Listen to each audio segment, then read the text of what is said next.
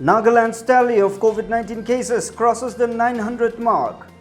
Fresh cases are reported from the worst-hit Dimapur district.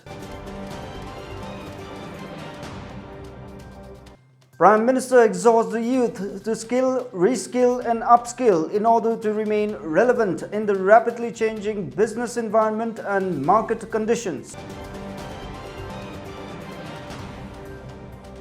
And India see a record single-day jump of over 29,000 COVID-19 cases today.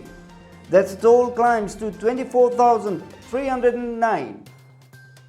Well, those were the headlines. Well, hello and welcome to this news broadcast from News and Trends. We begin this bulletin by taking a look at the COVID-19 update from Nagaland.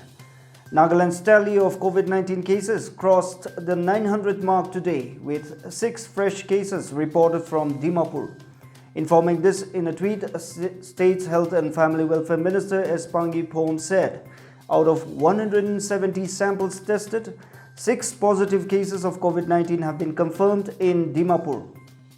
The minister also informed that 2 patients have recovered from the infection, 1 each from Kohima and Dimapur. He further informed that the recovered patients are being monitored and under close observation. Dimapur has so far reported the highest number of coronavirus infections with 328. A total of 161 patients have recovered, while active cases stand at 167. 15 of the active cases are mild as per the severity of the cases, while 152 are asymptomatic. Meanwhile, in Nagaland, in connection with detection of 2 positive cases, 1 each from UGC Girls Hostel Yingli College and Form Lempom School Quarantine Center Nagaland, the Deputy Commissioner in the interest of public health and safety has declared the UGC Girls Hostel Yingli College and Form Lempom School as containment zone as defined in the standard operating procedure issued by the Directorate of Health and Family Welfare, Government of Nagaland. Nagaland became the 10th district to report a case of the virus. Kifri is the only district left without a case of COVID-19 positive case reported so far. The overall tally of COVID-19 cases as of this afternoon stands at 902, with 554 active cases and 348 recoveries. The recovery rate stands at 38.58%. There has been no death reported from the state due to the infection. Prime Minister Narendra Modi has exhorted the youth to skill, reskill and upskill in order to remain relevant in the rapidly changing business environment and market conditions. He was addressing a virtual conclave on World Youth Skills Day organized by Ministry of Skill Development and Entrepreneurship today. The Prime Minister said, in a rapidly changing world, millions of skilled people are needed and there is a huge potential, especially in health services. Modi said the Ministry of Skill Development and Entrepreneurship has started mapping the opportunities being created around the world so that the youth of the country can get accurate information about the needs of other countries also. Referring to the portal launched recently for mapping the skilled employees and employers, he stated that it will help the skilled workers, including the migrant workers who have returned to their homes, to access jobs easily and the employers to contact skilled employees at the click of a mouse. The Prime Minister stated that the Skill India mission launched 5 years back on the same day has led to creation of a vast infrastructure for skilling, reskilling and upskilling and enhancing opportunities to access employment both locally and globally. It has led to hundreds of Pradhan Mantri Kaushal Kendras being set up across the country and increase in the capacity of the ITI ecosystem.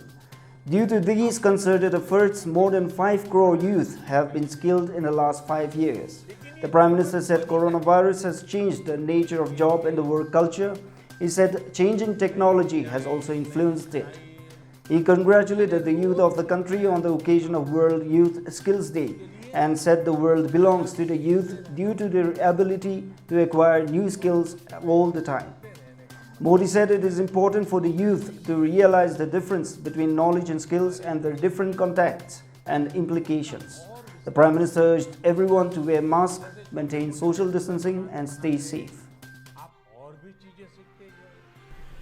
पूरा का पूरा office design करने लग गए तो वो हो गया अपस्किल। स्किल, रीस्किल और अपस्किल का ये मंत्र जानना, समझना और उसका पालन करना हम सभी के जीवन में बहुत महत्वपूर्ण है। India saw a record single-day jump of 29,429 COVID-19 cases, pushing its tally to 9,36,181 today, while the death toll climbed to 24,309, with 582 new fatalities according to the Union Health Ministry data. This is the fourth consecutive day that COVID-19 cases have increased by more than 28,000. The number of recoveries stand at 5,92,031, while there are 3,19,840 active cases of coronavirus infection presently in the country. The updated data at 8 a.m. showed. Thus, around 63.24% of patients have recovered so far, an official said. Maharashtra has reported the highest number of cases, followed by Tamil Nadu, Delhi, Karnataka, Gujarat, Uttar Pradesh and Telangana. In the northeast, Assam has 17,807 instances of the infection. A total of 2,170 were reported in Tripura. 1,672 in Manipur. Arunachal Pradesh reported 462 cases. Mizoram 238, Meghalaya 318, while Sikkim has recorded 209 cases. The overall number of global coronavirus cases has increased to more than 13.3 million, while the deaths have soared to over 5.78 lakhs, according to the Johns Hopkins University.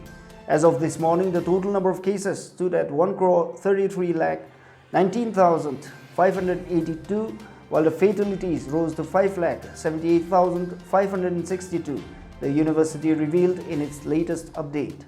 The US accounted for the highest number of infections and fatalities with 34,31,574 and 1,36,466 respectively. Brazil came in the second place with 19.26 lakh, India comes third with 9.36 lakh, Russia in fourth with 7.38 lakh and Peru in fifth position with 3.33 lakh cases. The Central Board of School Education (CBSE) has announced the results of Class 10 examinations. The overall pass percentage is 91.46%. Girls have outshone boys again this year with a pass percentage of 93.31%. A total of 90.14% boys and 78.95% transgenders have passed. Trivandrum region has recorded the highest pass percentage of 99.28% and Guwahati region has recorded the lowest at 79.12%. CBSE said there has been a marginal increase in the pass percentage since last year. Students can check their results at cbse.nic.in or cbseresults.nic.in. The results can also be checked via DigiLocker and Umang apps. In a tweet, Human Resource Development Minister Ramesh Pokhriyal Nishank congratulated everyone for making this possible and reiterated that students' health and quality education are government's priority.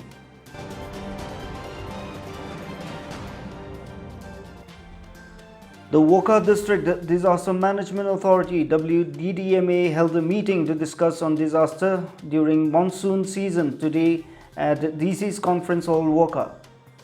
According to DIPR, Deputy Commissioner and Chairman WDDMA Orinthan Lotha, who chaired the meeting, in his opening remark, said that due to COVID-19 lockdown, all the other activities have been stalled and the district could not conduct the meeting on time. ESC Sanis highlighted on the drowning incident at Doyang. SDRF gave a briefing on their activities in the district.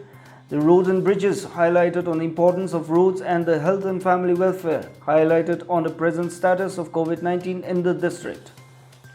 During the meeting, the Department of Roads and Bridges, while reporting on the damage report, stated that in spite of the monsoon season, all the PWD existing roads are pliable. Chief Medical Officer Wokha C.W. Tongoi said that Wokha district has reported one positive case till date. There are no cases of quarantine spread or community spread till date.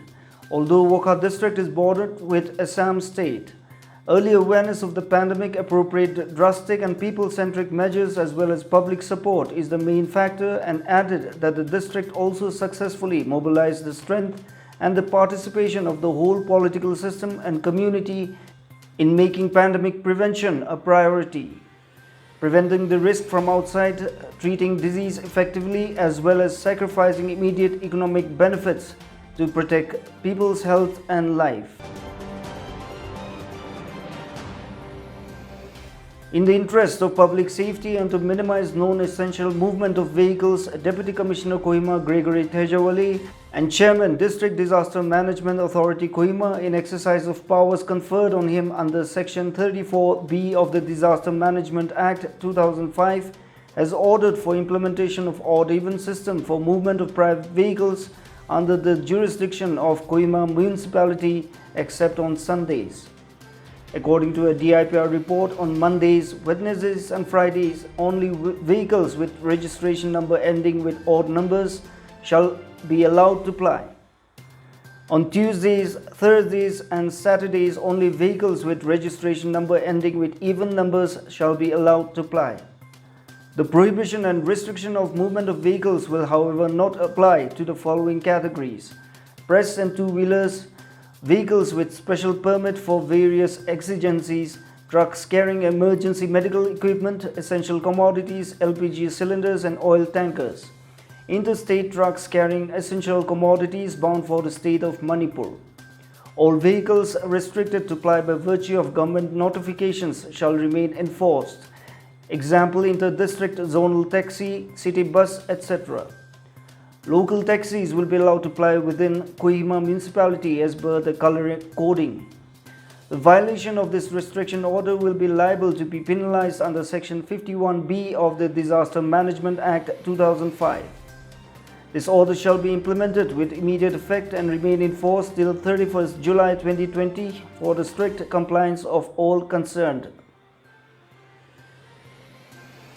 Well, that's all we have time for in this edition of News Broadcast. But before we leave you, here's another reminder that you can send in your videos at the WhatsApp number given below and be part of the venture of being a citizen journalist. Do let us know what's happening in your village, your town, your district or your locality so that we can share your videos to the rest of the viewers watching this broadcast. Meanwhile, stay safe, practice safe health hygiene and maintain social distancing wherever you are. But most importantly, take good care of yourself. Thanks for watching.